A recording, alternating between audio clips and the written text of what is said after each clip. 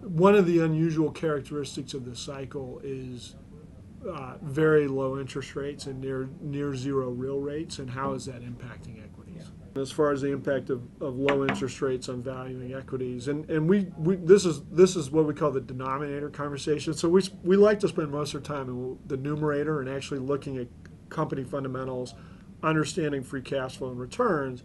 But this cycle, what's been unusual is the Federal Reserve and other central banks or whatever factors causing interest rates to be near zero or negative real rates. And even now, through 5-year bond, you have negative real rates in treasuries.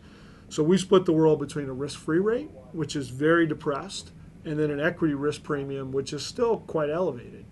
And that's creating a very interesting opportunity. And basically what it means is relative to fixed incomes, and a lot of equity guys have been saying this, equities look very cheap. But on an absolute basis, equities are looking more fair.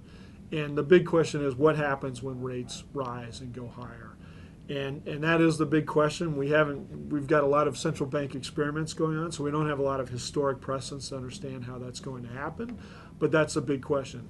The focus for us, though, is even if rates normalize, even if risk-free rates rise, where can we find enough value that we have a good cushion in a higher rate environment?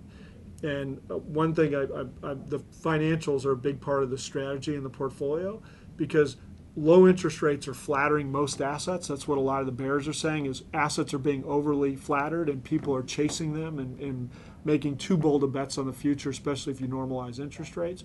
I'm trying to find things like financials that are non-flattered by low interest rates. And I think that's the big continuum that people are going to have to grapple with over the next 2 to 3 years as the U.S. economy comes back.